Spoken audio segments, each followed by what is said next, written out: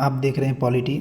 Polity में ये MCQ class है, क्लास नंबर 5। इससे पहले 4 क्लास आ गया है।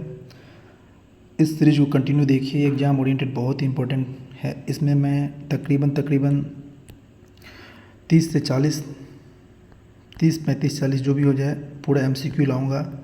ये मेनली हर टॉपिक को कवर कर रहा है और अभी ये आज मेनली ये फंडामेंटल राइट को कवर करेगा।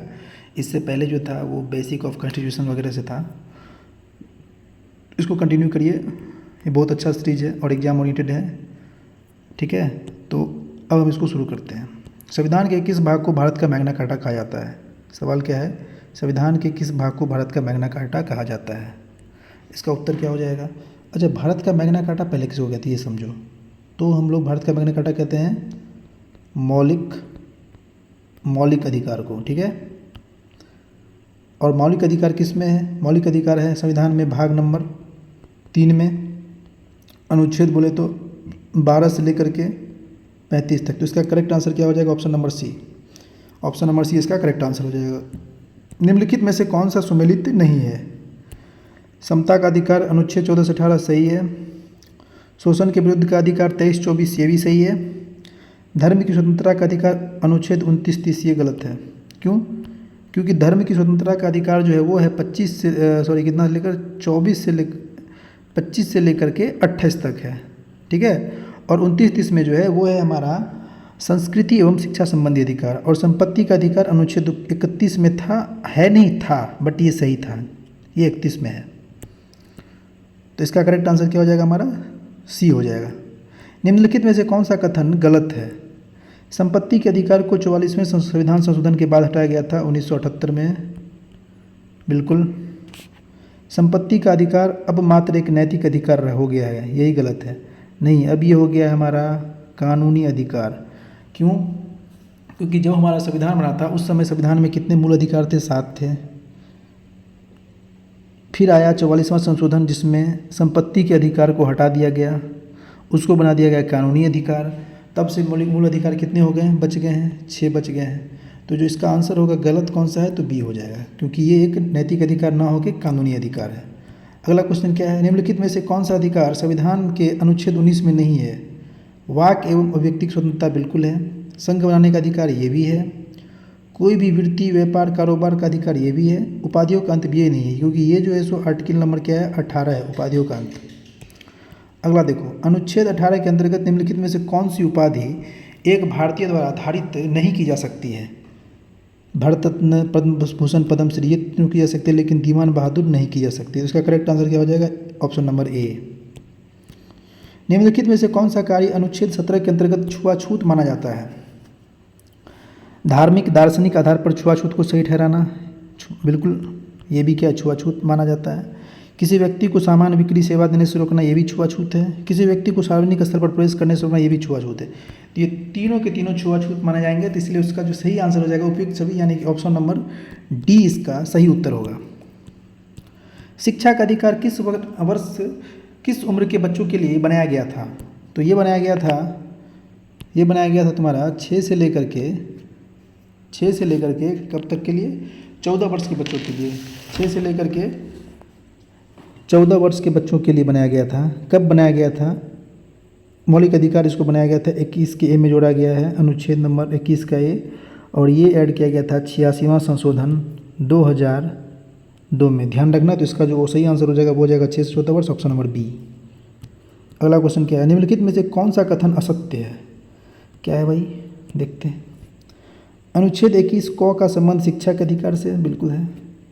शिक्षा का अधिकार अधिनियम को 2008 में नहीं 2002 86वां संशोधन 6 से 14, 2008 नहीं 2002। तो इसका करेक्ट आंसर क्या हो जाएगा? बी हो जाएगा, ये गलत है।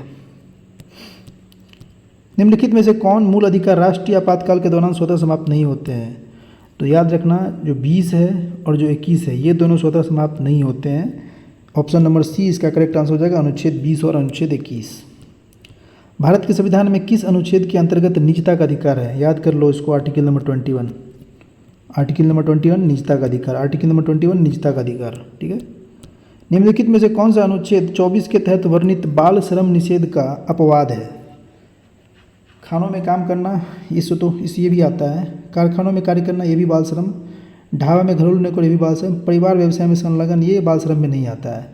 ध्यान रहे कि बाल श्रम में ये कहा गया है, बाल श्रम निषेध आर्टिकल नंबर 24 में ये कहा गया है कि 14 वर्ष से जो कम आयु के बच्चे हैं वो उस जगह काम नहीं करेंगे जहाँ जोखिम भरा होगा। कारखाना में जोखिम, खान में जोखिम, ढाबा में जोखिम, इसीलिए ये तीनों जगह पे अगर वो कार्य करते हैं तो वो बाल श्रम निषेध माना जाएगा। ठीक है।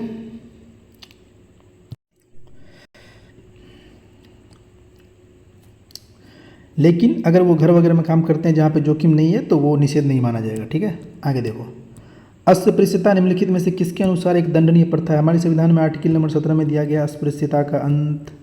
ऑप्शन नंबर सी कहाँ, ये सही हो जाएगा। 15 किससे रिलेटेड है?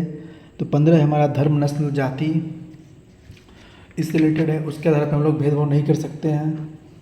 16 किससे है? अवसर की क्षमता। 18 किससे? उपाधियों का अंत। आगे चलो, भारत के संविधान के किस भाग में भारत के नागरिकों के मौलिक अधिकार शामिल हैं?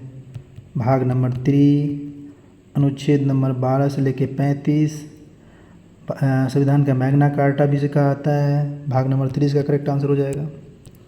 14 नंबर देखो, निम्नलिखित में से किस अधिकार में स्वतंत्र रूप से घूमने का अधिकार शामिल है? स्वतंत्र रूप से घूमने का अधिकार किस में शामिल है? आर्टिकल नंबर 19 में शामिल है। आर्टिकल नंबर 19 किस में आता है? हमारा स्वतंत्रता का अधिकार में आता है। ठीक है। तो देख लो, शोषण के विरुद्ध का अधिकार बिल्कुल नहीं, संपत्ति का अधिकार नहीं, संस्कृति और शैक्षिक अधिकार नहीं, स्वतंत्रता का अधिकार, ये सही हो जाएगा। निम्नलिखित में से कौन सा युग्म सुमेलित नहीं है? तो आओ देखते हैं। अस्पृश्यता का उन्मूलन, अनुच्छेद नंबर 17 सही है, ये तो सही है। अनुच्छेद 21 जीवन और व्यक्तिगत स्वतंत्रता की सुरक्षा, ये भी सही है। अनुच्छेद 24 प्रारंभिक शिक्षा का अधिकार, नहीं, गलत। अनुच्छेद 24 में किससे रिलेटेड है? अनुच्छेद 24 बाल श्रम से रिलेटेड है। किससे रिलेटेड है? बाल श्रम से, बाल श्रम निषेध। और जो प्रारंभिक शिक्षा है वो है 21A। प्रारंभिक शिक्षा किससे रिलेटेड है? 21A से रिलेटेड है। भारत के संविधान के अनुच्छेद में 15 में निम्नलिखित में से शब्दों का सही क्रम क्या है? अरे भाई, ये तो फंसा दिया भाई। देखो देखो देखो, पहले इसको याद, दिमाग में पहले धर्म होता है। ठीक है, धर्म होगा, धर्म के बाद नस्ल, फिर जाति, फिर लिंग, यानी कि ऑप्शन नंबर 20 का सही आंसर हो जाएगा। धर्म, नस्ल, जाति और लिंग। ठीक है। भारतीय संविधान का कौन सा अनुच्छेद जो सार्वजनिक रोजगार में सभी लोगों को समान अवसर देता है? आर्टिकल नंबर 16 कहाँ गया भाई? ढूंढो इसको, मारो। अवसर, अस्पृश्यता, कानून के समक्ष संरक्षण, धर्म, नस्ल, जाति, लिंग। क्लियर।